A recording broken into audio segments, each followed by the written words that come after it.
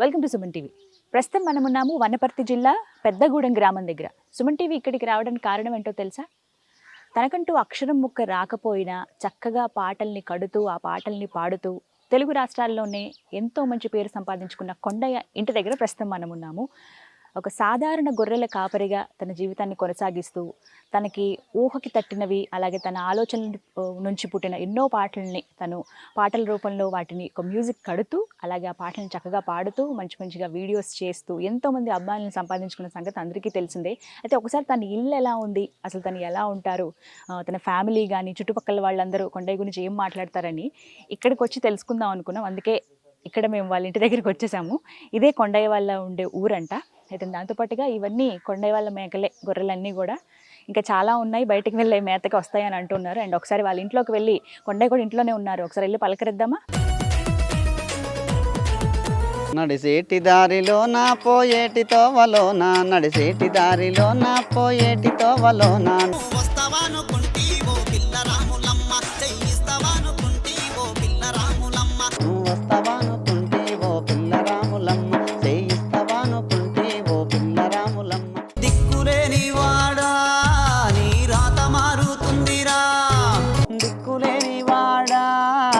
నీడ దొరుకుతుందిరా, ఊరే లేదురా, నీకు ఆలే లేదురా, తల్లి ఎవరురా, నీకు తండ్రి ఎవరురా, బతుకులెప్పుడు మారవంట, బాధలెన్నడు తీరవంట, నీలమ్మా బాధలు చూడమ్మా, నీలమ్మా బతుకులు చూడమ్మా.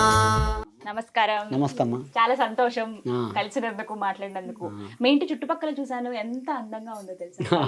పల్లెటూరు. మీ గొర్రెలు కొన్ని పక్కకు వెళ్ళిపోయినట్టున్నాయి అంటే మేపకరానికి పోయినరమ్మా, పోయినరు పొద్దుగారు పోయినరు. మామూలుగా అయితే మీరు వెళ్తారు, మా కోసం వెయిట్ చేస్తున్నారు కదా. సారీ వెయిట్ చేపించాము, కానీ ఒకసారి చూద్దాం మీ ఇల్లు ఎలా ఉంది, మీరు ఎలా ఉంటారు, మీ ఫ్యామిలీ చుట్టుపక్కల అన్ని చూద్దాం అని వచ్చాము. చాలా బాగుంది. చూసుకో, మొత్తం చూసుకో, తప్పేం లేదు, చూసుకో. మా ఇల్లు ఇదే, చాలా బాగుంది. ఎప్పటిదో కదా తాతల ఆస్త, అప్పటి నుంచి తరతరాలుగా వస్తుంది. పైన చూసాను నేను 1967 అని ఉంది అప్పటి ఇల్లు అనమాట. కానీ ఇంత చక్కగా మెయింటైన్ చేస్తూ. నీకు నమస్తే అమ్మ, నిజంగా ఇంత చక్కగా ఉంది ఇల్లు, చాలా బాగా పెట్టుకున్నాం.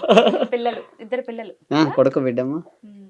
తన పేరు నేలకొండ. నేలకొండ. అతని పేరు చిత్ర. చిత్ర. చక్కగా ఉన్నారు, మళ్ళీ ప్రెగ్నెంట్. ఓకే, మళ్ళీ ఇంకొక బుల్లి పాటగాడు పాటగత్త రాబోతున్నారు అనమాట. ఎవరు వస్తే ఏముంది. ఎస్, నిజంగా దేవుడి దీవెన, ఎవరైనా ఒకటి. అంతే. మీ పేరమ్మా? జ్యోతి. జ్యోతి గారు ఫస్ట్ అసలు పాట మీ మీదనే గువ్వా గువ్వా అంటూ పాడారు. ఇంట్లో కూడా అలాగే ఉంటారా? అంతే. అవునా? అంతే. ఏమని పిలుస్తారు? జ్యోతి అంటాం. జ్యోతి, అంతే. మీరేమని పిలుస్తారు? ఏమయ్యో అంటారా? అవునా? ఓకే, ఉంటాము. అబ్బా, వీళ్ళిద్దరు ఎంత క్లోజ్ గా ఉన్నారు, ఎఫెక్షన్. మీ మీదే కదా మరి ఫస్ట్ పాట పాడారు, ఏమనిపించింది మీకు? ఏం చెప్తారు దాని గురించి? మరి మంచిగానే అనిపిస్తుంది. పాటలో నటించడం ఎలా ఉంది?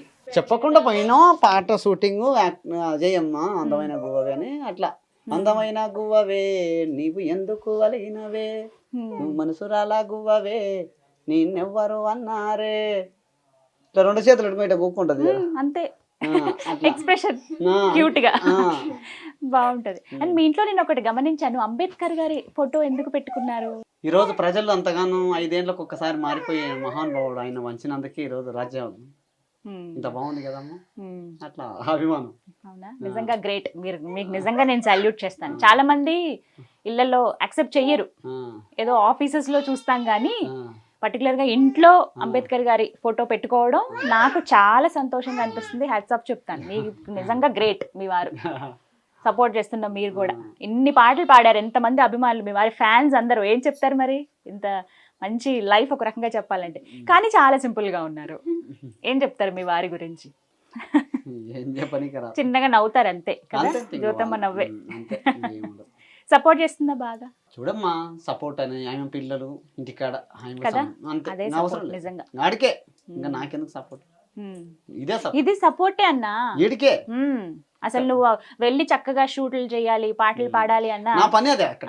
కాబట్టి ఇల్లంతా చక్కగా చూసుకోవాలంటే అది వీళ్ళ ఈమె పని బాధ్యతే కదా. పిల్లలు వీళ్ళ ఇల్లు అంతే వీళ్ళ ఓ పక్కన అన్ని ఎన్ని ఉన్నాయి గొర్రెలు? 100 ఉండే నాయి. అన్ని చూసుకోవడం అంటే మాటలా? మరి పొద్దున్నే స్టార్ట్ అయిపోద్దమ్మా పని నీకు, మళ్ళీ రాత్రి దాకా ఇంతే కదా. ఇవే పనులు వాళ్ళకి. ఇప్పుడు వేరే వాళ్ళతో ఇట్లా పాటలు పాడుతూ డాన్సులు వేస్తున్నారు కదా మీ ఆయన, నీకు కోపం రాదా?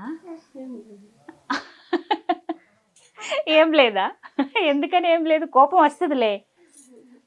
భర్తతో వేరే అమ్మాయిలా డాన్స్ వేస్తే కోపం రాదా? సరదాగా ఆయన ఎప్పుడైనా అంటారా? లేదు. ఇద్దరు నిజంగా చాలా బ్రాడ్ మైండెడ్ అండి. వాళ్ళ ఆలోచన విధానం కానీ, ఉండే ఏరియా ఇలా ఉంది కానీ వీళ్ళున్న ప్రదేశం నిజంగా వాళ్ళ మనుషులు కానీ నిజంగా చాలా బ్రాడ్ మైండెడ్, చాలా చక్కగా ఆలోచన విధానం, అందరితో మాట్లాడడం కానీ. పిల్లలు కూడా ఎంత ముద్దుగా ఉన్నారు. చాలా హ్యాపీ ఫ్యామిలీ, చాలా సాదాసీదా జీవనం గడుపుతున్నారు. బాగుందా ఇప్పుడు మీ లైఫ్?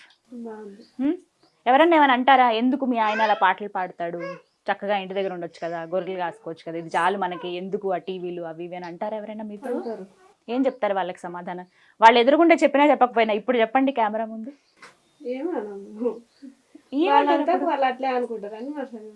అంటే అంటారనమాట కొంతమంది కదా. కోపం రాదా అప్పుడు? ఏమనలేరు కానీ గ్రేట్ మా ఆయన కదా, అంతే కదా, అదే కదా డైలాగ్ మీది. అలా అనుకున్నారంటే ఆయన ఎంత గొప్పగా పాడుతున్నాడు, వీళ్ళకి అంత కుళ్ళొచ్చిందంటే అని అనుకోవాలి మీరు కదా. కదా, ఎవరేమనుకున్నా కానీ. నిజంగా అసలు మీరు చదువుకున్నారమ్మా? 8th వరకు చదువుకున్నారు మీరు. మీ వారు అసలు చదువుకోలేదు కానీ ఇంత చక్కగా పాటలు పాడడం, ఆ పాటలను కట్టడం, అందులోనూ అతని టాలెంట్ నేను తెలుసుకున్నప్పుడు నాకు చాలా ఆశ్చర్యం అనిపించింది తెలుసా. చదువుకోలేదు, పేపర్ మీద అక్షరాలు రాయరు, పాటలు ఎలా గుర్తుపెట్టుకుంటారు అన్నీ అనుకున్నాను నేను. చాలా గ్రేట్ ఆ విషయంలో.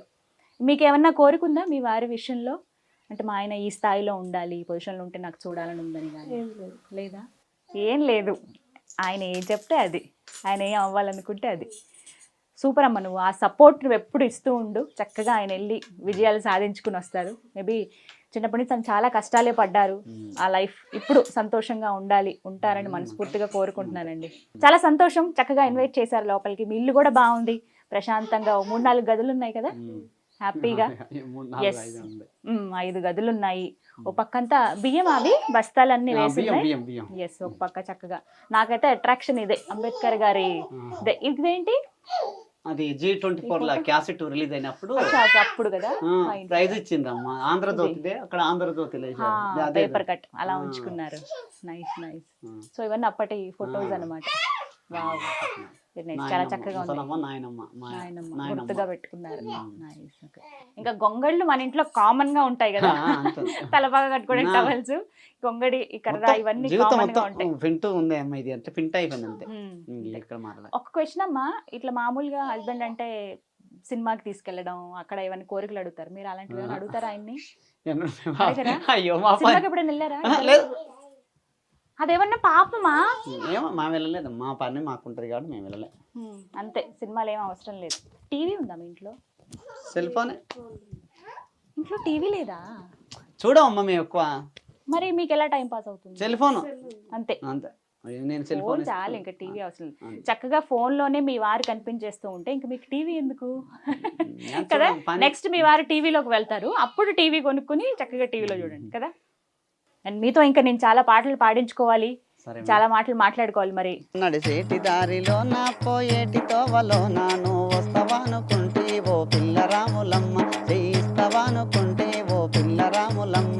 నడిసేటి దారిలో నా పోయేటి తోవలో నా, నడిసేటిలో నా పోయేటి తోవలో నాను వస్తావానుకుంటే ఓ పిల్ల రాములమ్మ, నువ్వు వస్తావానుకుంటే ఓ పిల్ల రాములమ్మ, చేయిస్తావానుకుంటే ఓ పిల్ల రాములమ్మ.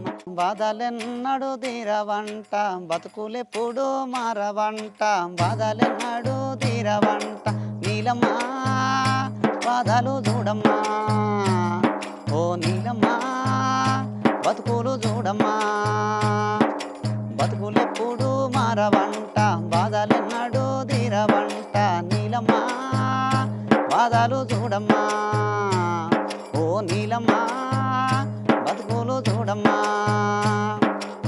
ఊరి గుడిసెలే ప్రాణమంట చేను సెలకలే దిక్కులంట ఊరి గుడిసెలే ప్రాణమంట చేను సెలకలే దిక్కులంట పుట్టల పుట్టిన సీమలంట నేలపై పారాడెనంట పుట్టల పుట్టిన సీమలంట నేలపై పారాడెనంట నీలమ్మా బాధలు చూడమ్మా ఓ నీలమ్మా బతుకులు చూడమ్మా ఆకాశమంతా వాసున్నదా భూదేవివంతా మనసున్నదా ఆకాశమంతా వాసున్నదా భూదేవివంతా మనసున్నదా నీలమ్మా బాధలు చూడమ్మా ఓ నీలమ్మా బతుకులు చూడమ్మా ఓ దిక్కులేని వాడా నీ రాత మారుతుందిరా దిక్కులేని వాడా నీకు నీడ దొరుకుతుందిరా దిక్కులేని వాడా నీ రాత మారుతుందిరా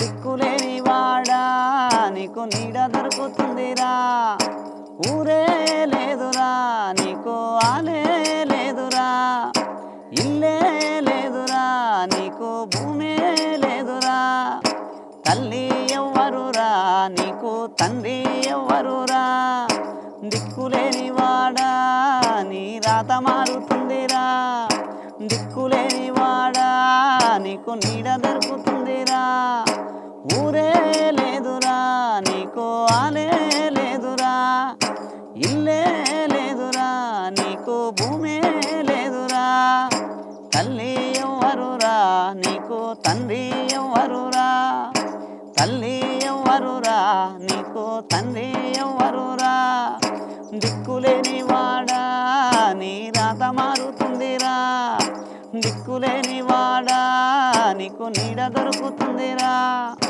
నీలమ్మ దిట్టిందిరా నీ విన ప్రేమనే పెంచిందిరా నీలమ్మ దిట్టిందిరా నీ విన ప్రేమనే పెంచిందిరా నీతోనే వస్తుందిరా నీ సేవడుతుందిరా రాతలే రాశాడురా వా బ్రహ్మ బంధాన్ని కలిపాడురా దిక్కులేని వాడా నీ రాత మారుతుందిరా దిక్కులేని వాడా నీకు నీడ దొరుకుతుందిరా దిక్కులేని వాడా నీ రాత మారుతుందిరా దిక్కులేని వాడా నీకు నీడ దొరుకుతుందిరా ఓ ఓ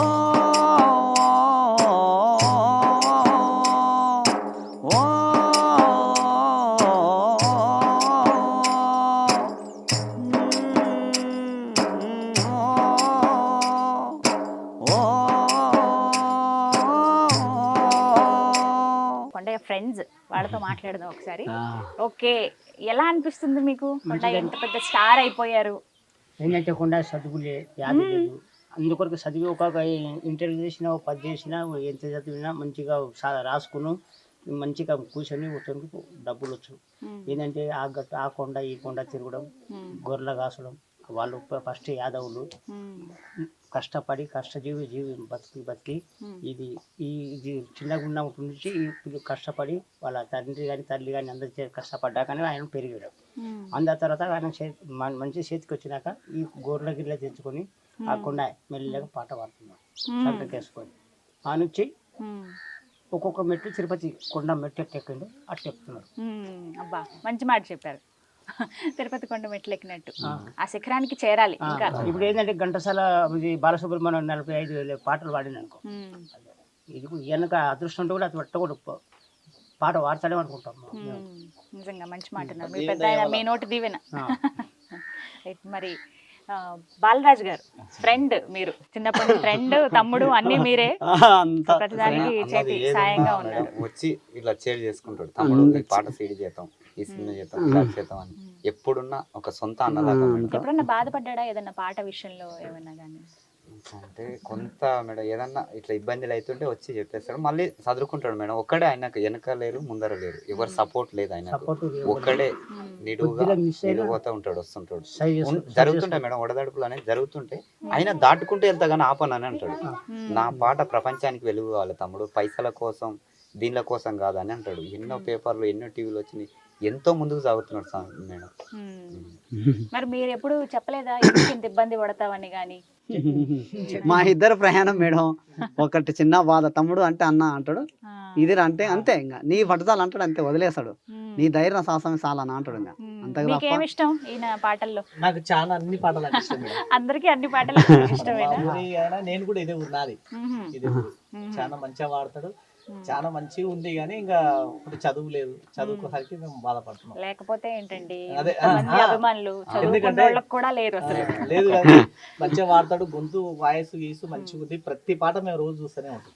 ఛానల్లో 2 లక్షల మంది సబ్స్క్రైబ్ ఎంతో మంది ప్రతిరోజు మా గురించి ఇంకా చెప్తుంటే మా ఊరికి గొప్పతనం. ఒక ఛానల్ పెట్టాలంటే ఎలాంటి కంటెంట్ క్రియేట్ చేయాలా అని చాలా మంది ఆలోచిస్తూ ఉంటారు. బట్ తనకి ఏంటంటే తన ఆలోచనల నుంచి, తను చూసిన పెరిగిన వాతావరణం నుంచి ఒక పాట పాడితే చాలు, ఆటోమేటిక్ గా ఫాలోవర్స్ వచ్చేస్తారు, లక్షల్లో కోట్లలో వ్యూస్ వెళ్ళిపోతూ ఉంటాయి. అంత టాలెంట్ కొండయ్య సొంతం. నిజంగా ఆ విషయంలో దేవుడు మంచి వరం ఇచ్చాడు ఆయనకి. అది అలాగే కంటిన్యూ అవ్వాలి. ఇంకా బోల్డ్ అన్ని పాటలు తన నుంచి రావాలి. త్వరలో తను తీసిన సినిమా రిలీజ్ అవుతోంది. ఆ సినిమా కూడా సక్సెస్ కావాలని మనస్ఫూర్తిగా సుమన్ టీవీ తరపు నుంచి కోరుకుందాం. థ్యాంక్ యూ అండి. నమస్తే. నమస్కారం మేడం.